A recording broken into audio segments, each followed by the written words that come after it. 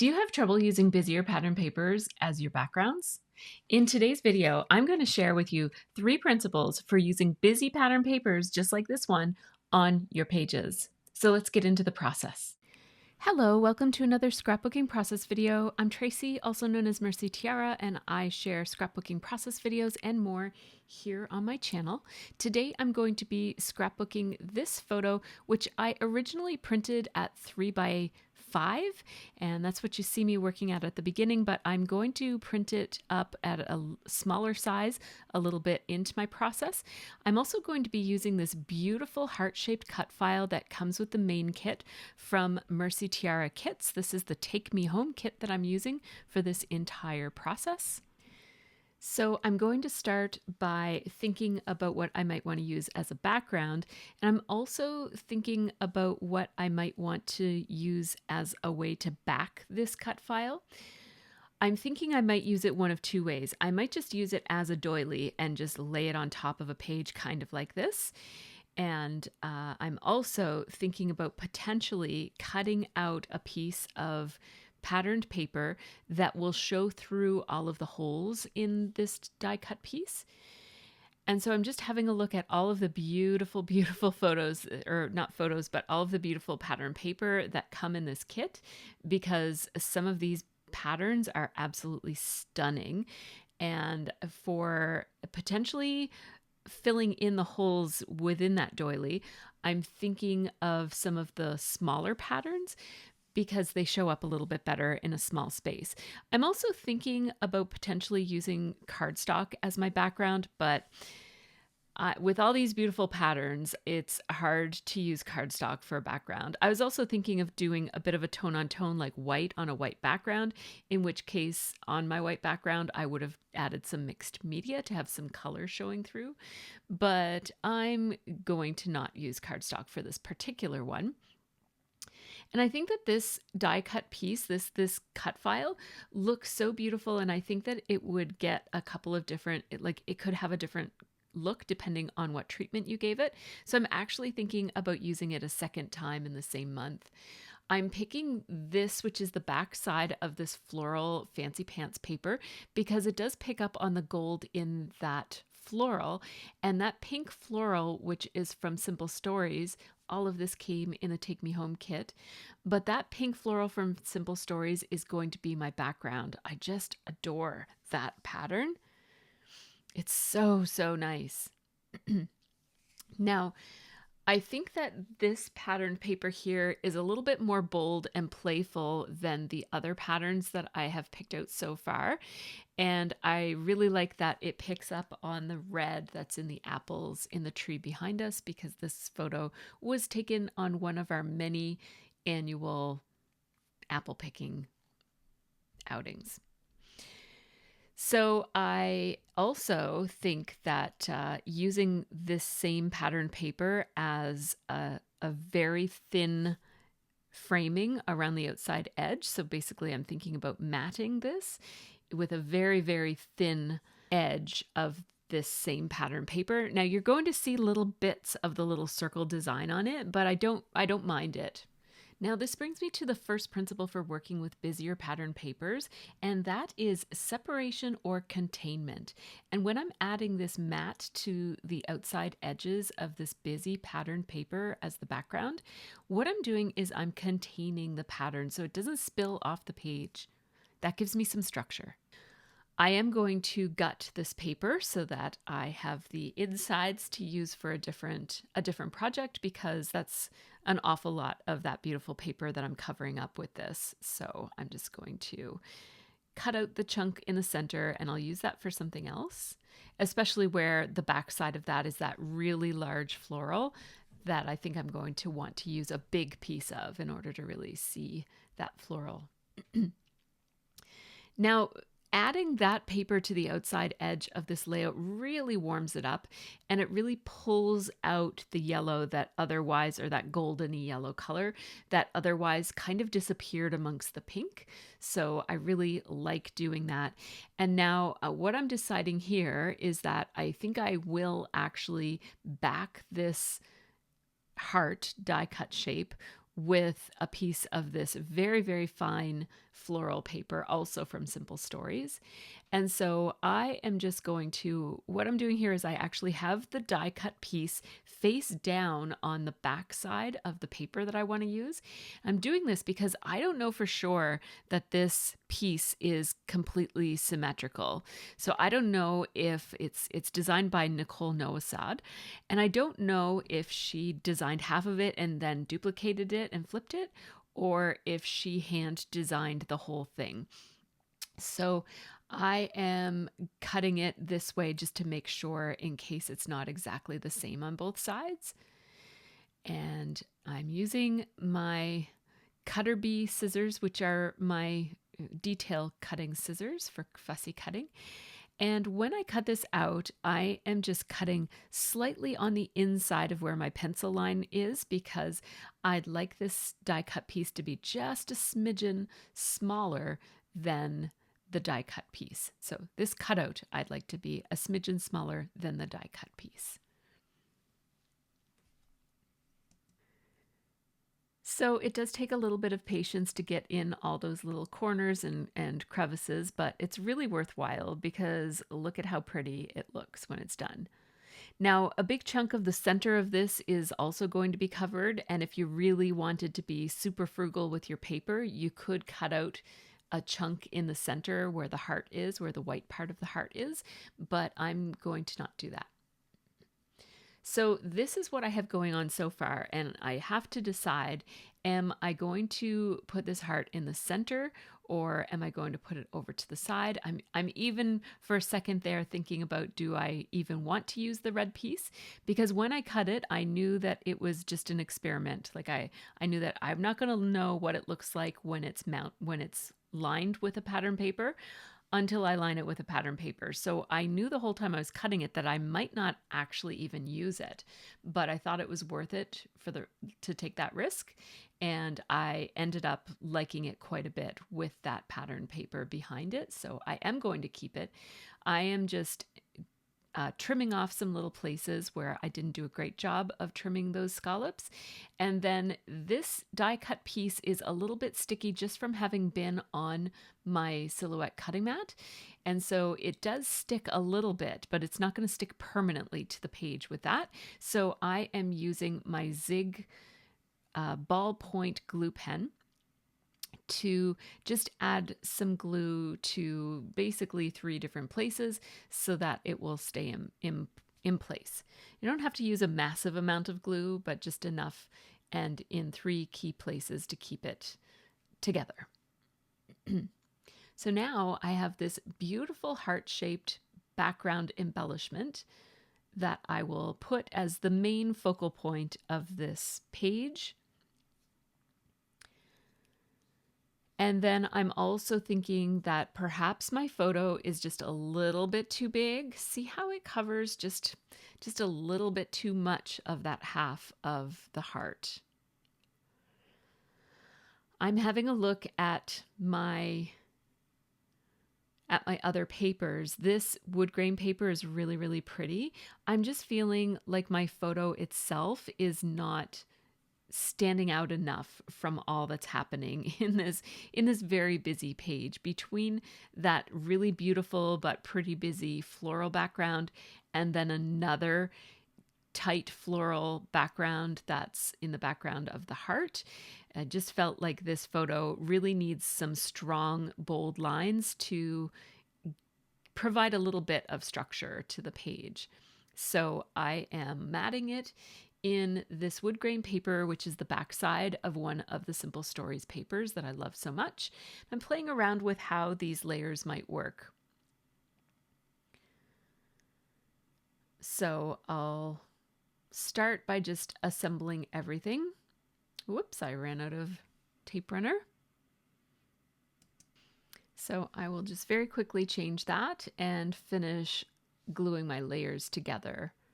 Now, I still don't love that. I think that the photo is definitely bigger than what I want for this, because I do want to be able to add some embellishments around. And with the photo that size, I just am not going to be able to do the amount of embellishing that I want to do. You saw me pull over that wood grain paper again because I'd like to also back this heart in a dark brown as well to help the heart stand out from the background paper. But I'm not really interested in cutting all of those scallops all over again. So I'm going to do something different to give myself a little bit of differentiation between that background pattern paper and the heart itself. So I pulled apart all of my layers here and reprinted my photo. This time it's printed at 2.5 by 4. And I'm going to mat it pretty much the same way, but because there's adhesive on the backs of all these layers from them already being glued to one another, I'm just going to use my scissors to cut it down because I don't want to put it in my trimmer. Sometimes paper gets stuck in my trimmer when I do that, so I'm just gonna hand cut it or tear it with my ruler, which I often like to do. So there's my layers. And I do like that, but you know what? I think it looks even better without that red piece, and I will keep that red piece because I might use it for something else. Now I am going to put it pretty centered, like I'm just eyeballing it, but I'm putting it centered. I did use my mat as a bit of a visual cue, my work mat, just to make sure it was centered. And now I'm taking the bold end of my brown Zig Writer. These Zig Writers are one of my favorite journaling pens. I've had them for ages and my black one has run out, but I do really, really love this marker. It's a great journaling pen. It's also really great because you can erase. If you pre-write in pencil and erase over it, it doesn't get faded looking. So it's a good one to have on hand. So this is doing a pretty good job of giving me some definition between my heart and the background paper. So that nice, thick, bold brown line is perfect there. And I'm just putting away some of my scraps and pulling out some embellishments. I have lots of embellishments in this kit, so I will be looking forward to using all these embellishments. So many of them are cooking themed, so that doesn't really go with the current project. And I didn't want to use more doilies because the heart already has a bit of a doily look to it. I don't want to take away from that. I am itching to use the rub-ons, but I'm not going to use them on this particular page. I'm thinking that I might be able to use one of these foam letter stickers or foam phrase stickers that came in the kit. I think those came in the main kit.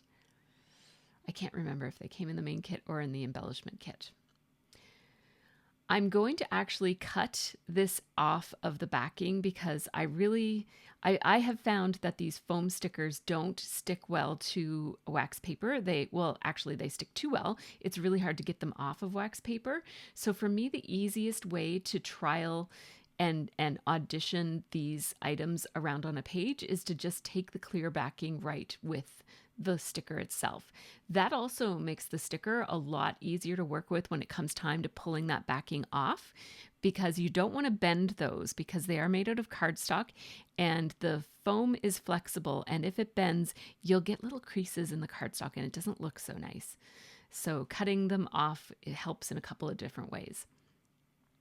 I'm using these gold foam thickers that came in the kit as well. These are part of the American Crafts Farmstead Harvest collection. And my copy of these has a lot of, not a lot, but several of the stickers still have the plastic cellophane shrink wrapping on them that protects them from getting scratched or whatever. And I have to pull it off. You can tell if yours are like this, you'll notice just little pieces of plastic that can pull off. Once you grab it and pull it off, the whole thing comes off in one piece. But that's, I'm not sure if mine is the only set. I didn't notice it when I was making up the kits. I didn't notice it on any other sets. And I just made sure that this set wound up in my in my kit. So I have set out the letters for the word better, and I just happen to have used all of the E's from this letter set because my last layout was called Happily Ever After, and that has several E's in it, so I only had one. So I just I cut off a little part of another letter and used the F for the second E in the word better. And I'm just putting it on, I put it on the wax paper so that I can play around with where it looks good before I commit to gluing it down any place. I'm starting off by having a look through these Fancy Pants die cut pieces. I love these, and they're so different than most of the other scrapbooking supplies that I usually work with. So I was really looking forward to using these on a page. And I think I'm going to use this piece. I love the honey for sale one, but I'm going to cover up for sale. And I'm looking for larger scaled embellishments to use on this page. This is another principle for working with busy pattern papers, is sticking to larger scale items on your page. This provides a sense of balance on a page where you have so much of that tight, busy pattern, which is quite small and detailed. And so when it comes to adding other things, I'd like these things to be more spread out and larger scale, just to give the eye a little bit of space to rest. So I am specifically picking out all of the embellishments here that are larger scale. So I went through the What's Cookin' die cuts that came in the kit, and I picked out all the non-cooking themed pieces, and most of them were small pieces, but that mason jar is really cute, and I thought it worked for harvest, for the harvest theme. And so I'm going to put away all these other little pieces because I'm pretty sure I don't want anything small on this page for an embellishment. Now, I am going to also have a look through the other die cut set that came in the kit. I think this die cut set came in the embellishment kit. And again, I'm looking for larger scale items here, and I'm not going to end up finding anything, I don't think. Just having a quick look. There are some contenders, but I don't want to introduce another color, so I didn't want to use that orange piece. I did like the idea of putting something bold and maybe like a bold scalloped circle or something underneath of that pot of flowers or bucket of flowers, but I'm ultimately going to decide to just leave it as it is. What I'm gesturing about there is just how I want my die cuts to be fairly large scale because there's so much busyness going on the background. And I made this page and the next page that will be next on my channel. Both of these were made while I was live streaming with my patrons. We live stream once a month, and my patrons work along with me and chat, and we keep each other company and post photos of our workspace and have a great time. Now, I wanted to practice journaling on the textured cardstock that came in the kit because that's what I cut my cut file out of, and it has a bit of texture, and I just wanted to make sure that my writing, I knew that my writing would be a little bit bumpy from the texture, but I just wanted to make sure it wasn't going to be super, super bumpy and jaggedy looking, and I think it's going to be okay. So now it's time for me to start figuring out how some of these die cuts will go together in the final version.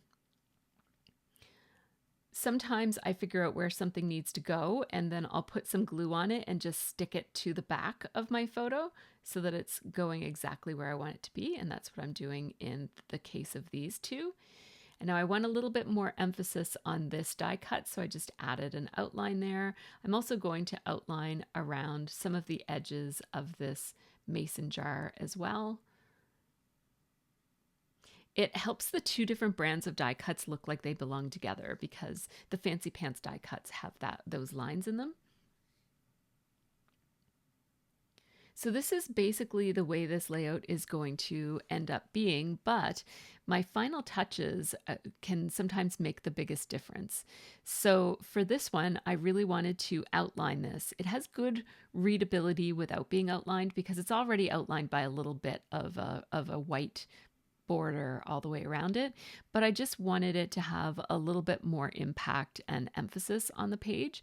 So I am using an ultra fine tip Sharpie marker because Sharpie markers are slick surface writers, so they're permanent and they don't smear on a slick sticker surface like this. So I am just outlining the outside edges of this, and outlining tends to give things a little bit more of a hand-drawn look. It's not going to be as perfect as it was before I outlined it, and that's okay. I know when I go into the outlining game that I'm going to be changing the overall look of this item, and that's okay.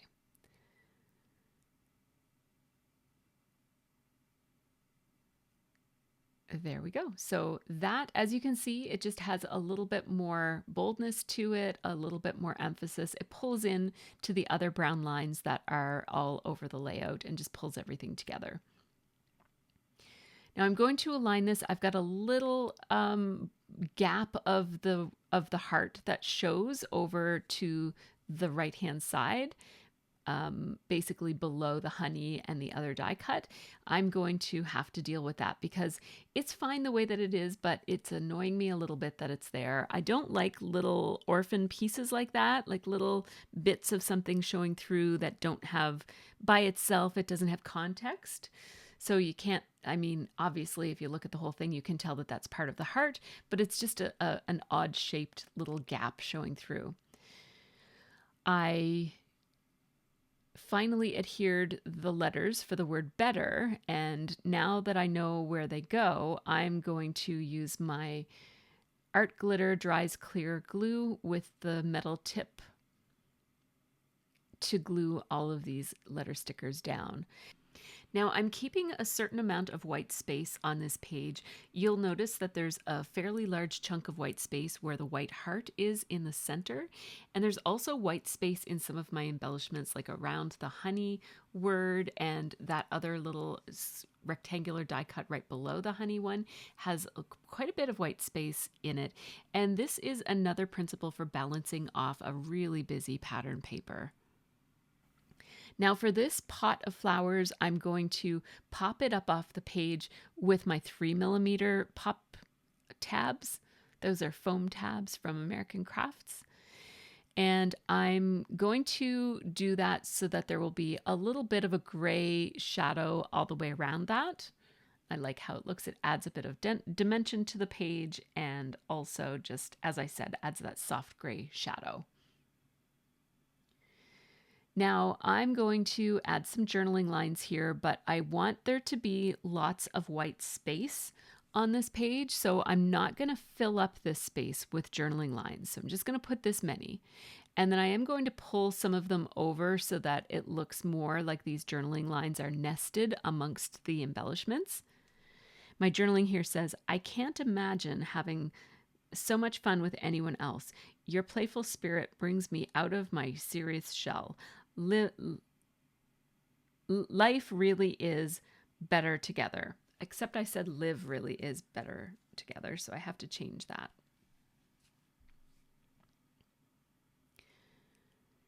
So I am using that same brown Zig Writer pen that I spoke of earlier. It has the bold tip on one end, and now I'm using the fine tip for my journaling here. And because it's textured cardstock, I'm going fairly slow so that I can get a nice, strong line on all of my letters. So now I'm thinking about what can go here, where my finger is pointing. I'm going to have another look at some of the embellishments that I have on hand, but then I thought maybe I have a heart. And I went to my basic shapes binder where all my nested shapes are, but I don't actually have nested hearts. So I'm going to go to my Scrapbooking Craft Dies photo album binder thingy, and I'm going to take out a couple of different options for heart-shaped dies. These are from MFT, and the other one is from Ellie Studio. They're fairly old, so I don't know if you can still get these, but a lot of different designers have hearts in their die cut collections. So I'm going to run this through my small die cut machine. I use this one whenever possible because pulling out my big shot is, it's not that hard to pull it out. It's on a Razcog. I just pull it across the room and use it, but it involves changing my camera angle. So sometimes it's more about not wanting to change the camera. So I used my little one, which is a Cuddle Kid die cut machine, which you can't get anymore, but there are lots of different brands that make a small handheld tabletop sized die cut machine. Now what I'm doing here is I'm outlining, and I'm outlining on these hearts, but my marker is partially going off the page, as you can tell. So I'm ending up with a bold outline, but it's not quite as bold as the full thickness of that marker tip. And then for the small one, which I wasn't sure if I'd use or not, I'm outlining just with the thin tip, but I'm going over it enough that it has a bit of a thicker mark on it.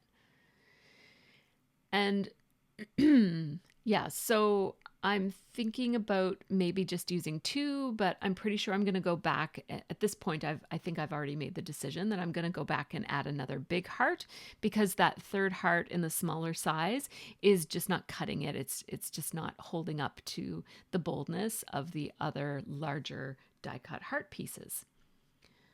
So I used some foam adhesive just to pop up the one side of that, and then I just made the other one flat. And now I'm going to do another one. I'm going to put it right here so that there are 3 different little clusters of embellishments on this page. It's fine to have 2, but the rule of thirds say that 3 generally is going to give you more of a balanced look, and it gives you a bit of a visual triangle on your page, which also is a design principle that guides our scrapbooking and helps pages look pulled together. You don't have to follow the design principles, but I like to. So I am outlining a third heart. I cut 2 just because it was easy enough with one pass to cut 2, just in case I decided on a different shape, but I like this one, so I'll use this one. I'm just going to tuck that in so that it's a little bit behind the photo, and I am going to add some foam adhesive to one of the sides of the heart. Just because of the way that the papers are layered, it'll lay flat that way.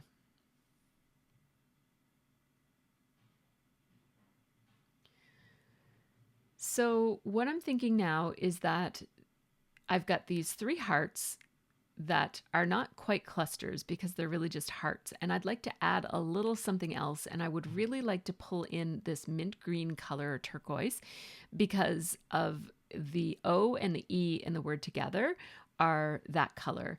And so I'd like to pull in a little bit more of that color. So I went to my Razcog that holds all of my punches, and I grabbed these 2 Martha Stewart butterfly punches. One of them is a large sized punch anywhere on the page punch, and then the other one makes these smaller butterflies, 1 big and 2 small.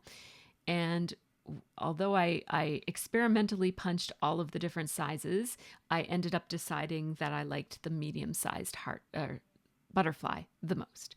So I'm going to use that. And in order to tie it in with the rest of the page, I'm going to do some outlining. And this time I'm outlining even less on, like I'm using the same marker, but more of the marker is going off the butterfly onto the background paper so that it's proportionally balanced, right? So I do still want a thick line, but not quite as thick as on the hearts because these butterflies are a little bit smaller and they're just supposed to be a little bit more delicate. So this technique of half outlining on the butterfly and half outlining on the background is one way to get a nice outlined look without you end up not having a little edge on the outside of your outlining. Now I'm going to be stapling these butterflies in place. I love using staples for my butterfly bodies, and I'm going to slow this down because you might not have caught how I did this, but I just open up my tiny attacher. Not everybody knows that you can do this, but it's very, very easy to staple in the center of your page. You just need to have a piece of foam so that you don't damage the table that you're on. And then you need some type of a tool. You could use your fingernails even, but you might hurt yourself, to close in the little legs of the staples. So I've slowed down my video here so that you can see exactly what I do from the beginning. So you start with your tiny attacher like this. You open it as if you were going to open the stapler to change them, but I'm going to put my fingers and hold the stainless steel part in place and pull the black piece off. So I'll just show you that again. That's what you would do to change the staples, but I'm not doing that. I'm keeping my fingers in between these two pieces and I'm pulling until the black piece lets go. Now it's all open. So both flaps are open. And now I'm going to pull down the first flap so that looks like this. And that other flap just stays behind in the back of the stapler. And this allows me to staple anywhere I want. But you do have to use a soft touch when you staple anywhere you want, because you can, if you press too hard, you can tear right through. Like you can actually force your staple right through the paper that you're trying to staple on. So you do have to be a little bit gentle with it as you do it. So I'm going to position my butterfly the way that I want him to be. This is real time, so you get to see exactly how slowly I actually scrapbook. It's pretty slow. So now that I figured out where it goes, I'm just going to put my pieces of foam underneath. You really only need one, but I have two. Mine is pretty thin, so I wasn't sure. And now I positioned it. I can see from my angle where it belongs. And then you just gently push down and you'll feel the stapler engaging. You'll feel it kind of go ka-chunk, and that's when you know that it's in. If you push it any further, it will tear the paper. So then you take off the foam and you're left with these two pricky pieces poking upwards. So do make sure that you're careful. What I'm using here is a We Are Memory Keepers brad tool. This is a tool for spreading and flattening the little legs of metal brads. And I have it in my stash, but I've never used it for brads, but I've used it for putting my staple legs down for many, many years. This is my staple leg moving tool, is what I'll call it. But of course, my fingers are kind of blocking it. The angle isn't great for showing this kind of a thing, but I'm just taking the rounded edges of that tool and pushing the staple pieces until they're flat and not sticking out at all. You won't get the nice puckered rounded look where the staple actually like curves into the back of the paper. So if you're concerned about cutting yourself or scratching yourself on the staple bits, you can always put a little piece of washi tape on the back side of your project to cover those up. I've done that before, especially when I used to have my layouts laying around my room for a long time before they would make their way into my album. But nowadays my layouts are just on my desk for a month at the most, so I don't do that anymore. Now I'm taking more pieces of foam tape, and this time I'm using the 1 millimeter thickness instead of the 3 millimeter thickness, and I'm cutting it down to little bits so that they will fit under the butterfly wings. These will keep their wings lifted up off the page. I didn't use it as an adhesive, it's just to hold the space, so I didn't remove the adhesive backing off of the other side of that foam tape.